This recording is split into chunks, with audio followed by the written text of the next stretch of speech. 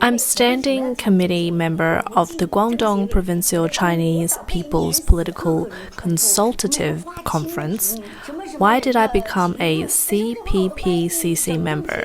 If I hadn't joined, I would have been killed long ago in China. If I had stayed there any longer, I would have been arrested. The woman in the video is Liu Weihong, a self-made billionaire from Heilongjiang, China. She's a well-known female entrepreneur in China and used to be a standing committee member of the Guangdong Provincial CPPCC. Back in 2012, she got into some controversy for allegedly hitting a journalist. After moving to Canada in 2014, she spent billions of Canadian dollars buying shopping centres in Victoria and Vancouver in the province of British Columbia, as well as a luxury golf course on Vancouver Island. Local media have called her a facilitator for the Chinese Communist Party. In the summer of 2023, Liu Weihong was interviewed by the host of the YouTube channel 56 Below TV. Over 4 episodes, she talked about her childhood, her relationships, her business journey, and her immigration story. She also shared many secrets about the ultra-rich that most people don't know. She said that some leaders in China are really corrupt, and that's why she opposes the bad people in the Communist Party. She mentioned that the investment climate in China is getting worse, mainly because of fear created by lower-level officials. Even Xi Jinping can't solve these problems, so she felt she had no choice but to leave the country. Another guest on 56 Below TV, Keith, said, "Now that I've moved to Canada, let me say a few things that can't be broadcast in mainland China." If Li Keqiang stays there, he might lose his life. If you want to arrest me, go ahead. I'm already old and others have died too. What do I have to lose?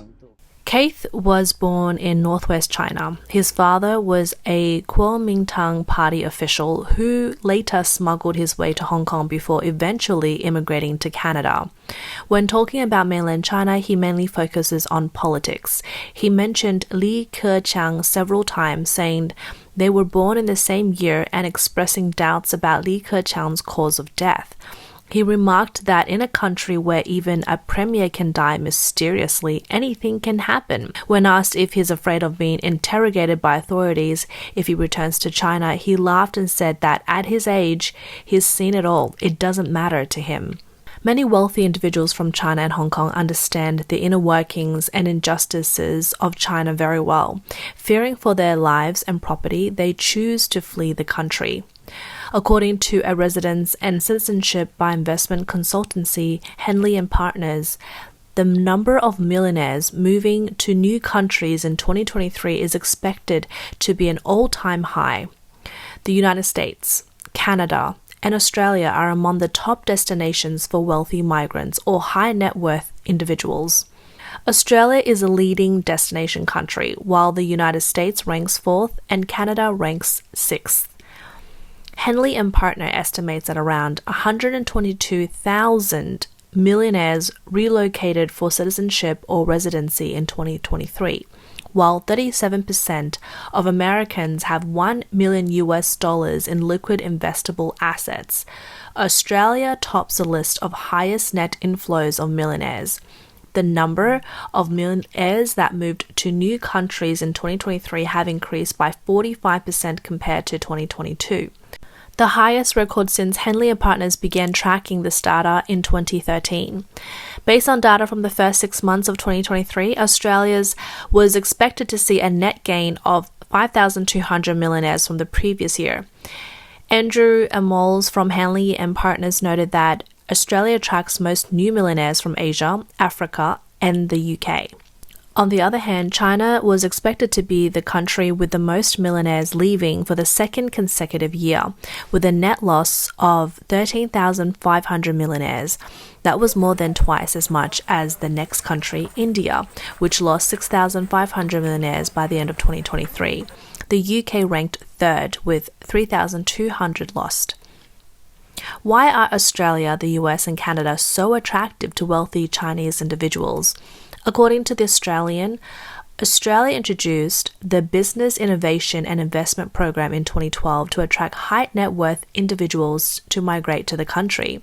It included a significant investor stream, also known as the Golden Ticket. This program allowed foreign citizens to stay in Australia for up to 5 years, provided they invest at least 5 million Australian dollars in approved investment projects. Australian Home Affairs Minister Claire O'Neil stated that over the years, the type of visas have not benefited Australia's economy.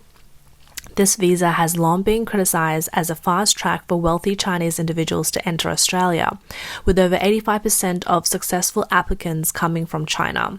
The visa subclass was assigned the number 888, which signifies triple good fortune in Chinese numerology.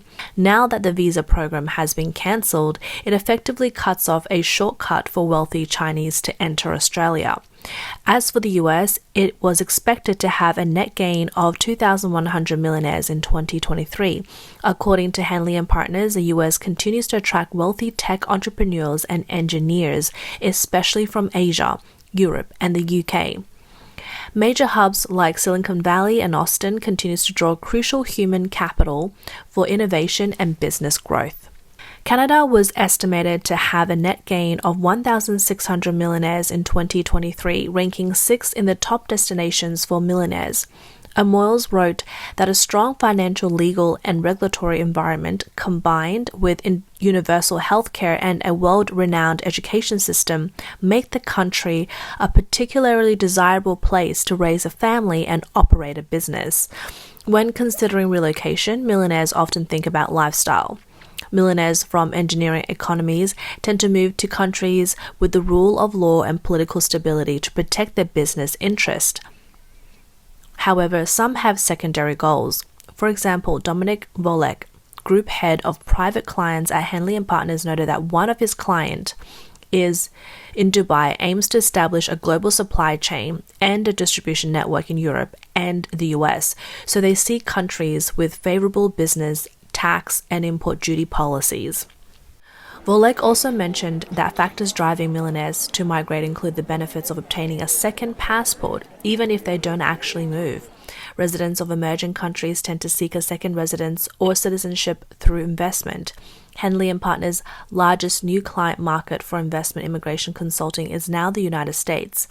As a result, Henley & Partners has opened 3 new offices in the US to handle the high demand. Volek also noted that a significant portion of Henley & Partners clients obtain a second passport to enhance their global travel freedom through visa-free access. A mainland Chinese passport only offers visa-free entries to 80 countries. However, by investing $250,000 in St. Kitts and Nevis citizenship by investment group, one can obtain a passport that allows visa-free access to over 150 countries, including the EU and the UK. A Singapore passport offers even more, with visa-free entry to 192 countries. Now, why are Chinese millionaires willing to sell their assets, cash out, and leave their homeland for survival?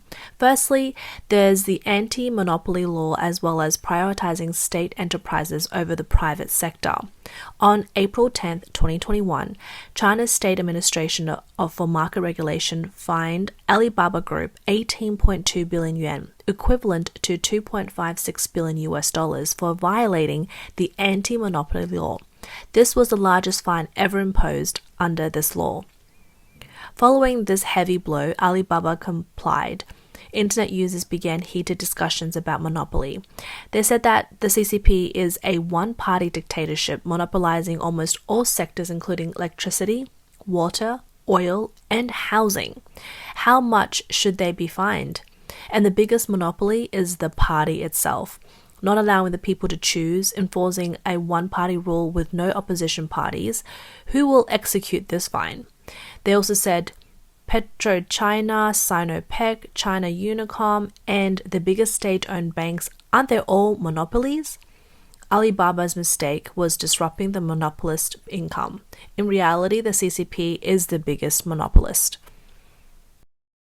Moreover, Policies favoring state enterprises over the private sectors has become more apparent since the US-China trade war started in 2018.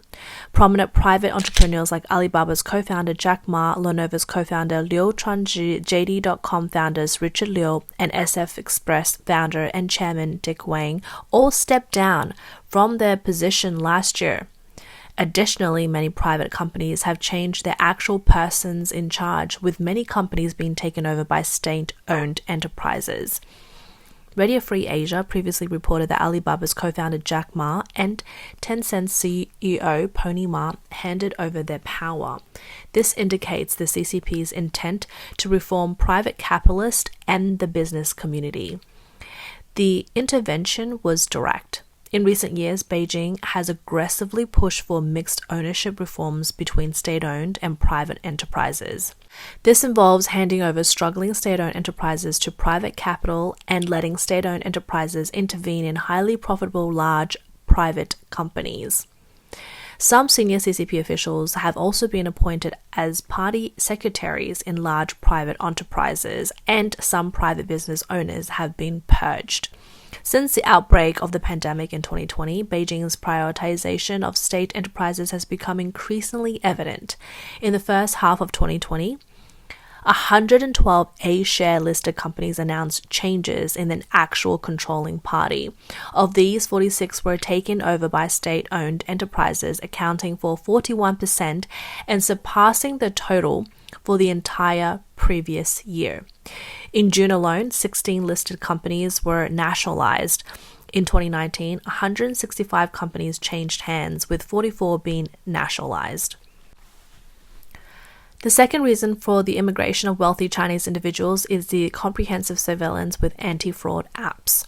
Recently, a mainland Chinese network technician revealed that a certain Chinese telecom operator has embedded surveillance software in their fiber optic modems. This directly connects to the CCP's anti-fraud center. Internet users claim that comprehensive surveillance is here. The system records every citizen's daily activities, leaving no privacy whatsoever. Everything from text messages to photo albums is visible, and even call content, use of transportation, and internet activities can be monitored. The alarming part isn't predicting scammers, but uploading your personal information and even turning dissidents into fraud suspects.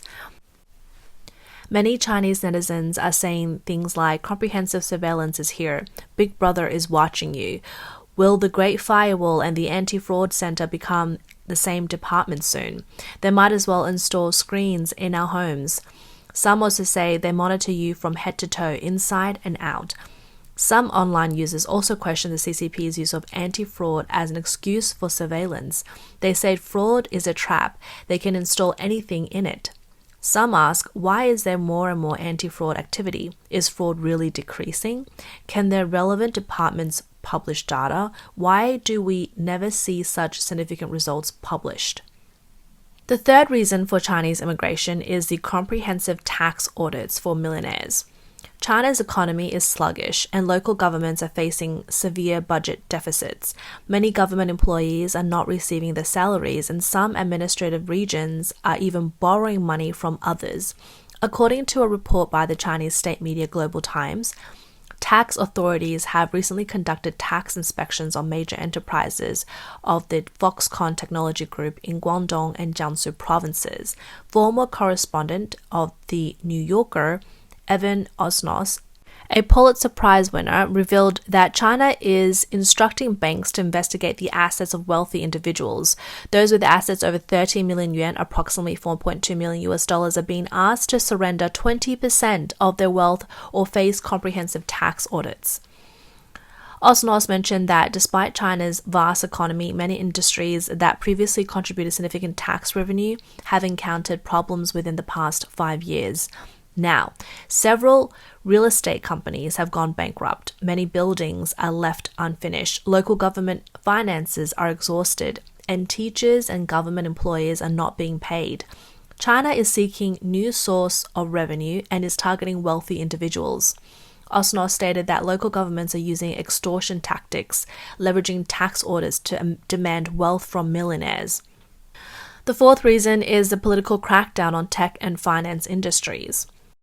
Recently, the CCP has been intensively cracking down on the high-tech education and entertainment industries, attracting international attention. The crackdown on Ant Group financial services, ride-sharing platform Didi, Chuxing, and underground shadow finance like peer-to-peer lending can be understood as factional financial power struggles.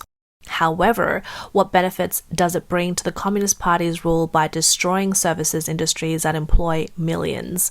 This is a battle of cognitive bandwidth, a battle for how people spend their time. More importantly, it's a battle for attention. 20 years ago, during the early days of the internet, the most fashionable concept was attention economics. The thing making money for you aren't products, productivity, or supply chains, but the customer's attention, also known as the eyeball economy. Why are these attention-grabbing, economy-stimulating industries being regulated? The reason lies in their potential to influence and mobilize communities. This poses a fundamental threat to the Chinese regime. The Chinese government only allows you to speak of their greatness, brightness, and correctness, and does not tolerate opposing voices. The fifth reason is geopolitical instability.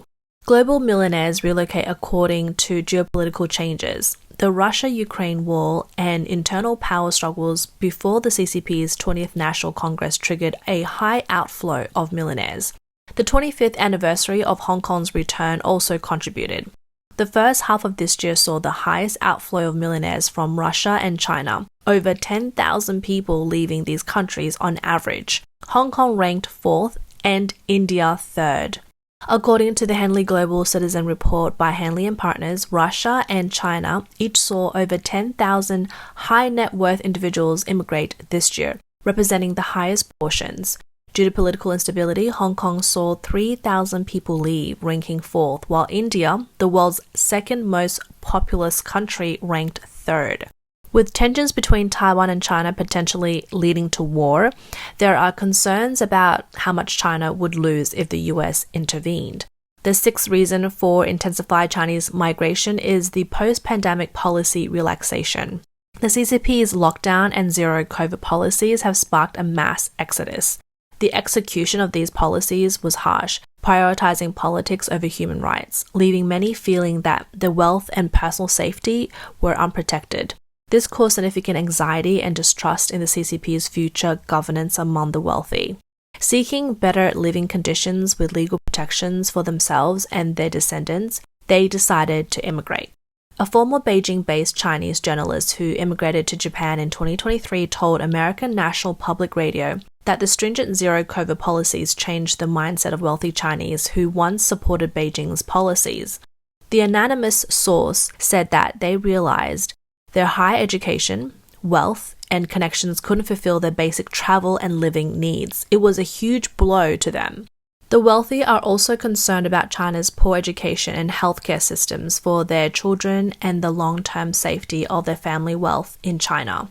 The source also said that for those in the cultural and media fields, there is another need for freedom of thought and expression. The mass immigration of millionaires has alarmed the Chinese government, which is worried about exacerbating foreign exchange losses and an economic collapse. As a result, the government has started confiscating passports, cutting green cards, and making it extremely difficult to obtain passports. Oh, getting a passport now is so difficult. You need a business operation permit, foreign qualifications, cooperation agreements with foreign partners, project proposals, labor contracts with dispatch letters, and all sorts of vaccine certificates. These things are a bit troublesome, but can still be provided within a month or two. However, they also require proof of 3 months of social insurance abroad. How can you have social insurance before you even leave? A US-based expert on Chinese affairs, Tang Jingyuan, said that the CCP's wolf warrior diplomacy has led to increasing isolation of the country. Politically, China is becoming more like North Korea, and economically, it's returned to a planned economy. This makes the wealthy feel there's no more room for their businesses to grow in China. The CCP is now focusing on strengthening state-owned enterprises, pushing private businesses aside. They see private companies as a threat to the public ownership economy and have decided to use force to suppress the wealthy. This is a major reason for the current situation. He said the CCP has started a regulatory storm against major private enterprises like Alibaba and Didi to strengthen its regime's security. This completely disrupts the market economy. The CCP is also promoting common prosperity by using laws and taxes to cut down the rich, including the middle class. This has caused unprecedented fear among the wealthy and middle class, making them feel their assets are no longer safe.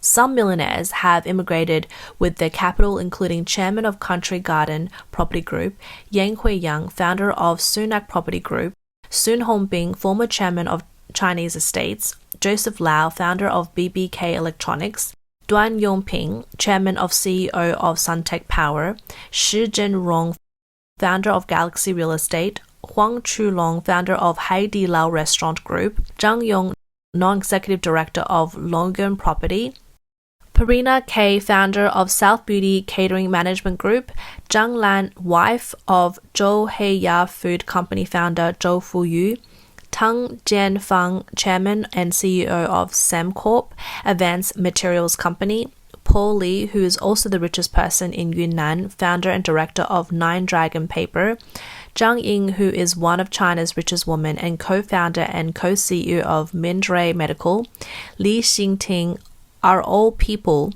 who have immigrated abroad. Tang Jingyuan says this mass exodus is caused by systemic factors. He said that unless there is a fundamental change in the entire social system, many issues will remain unsolvable.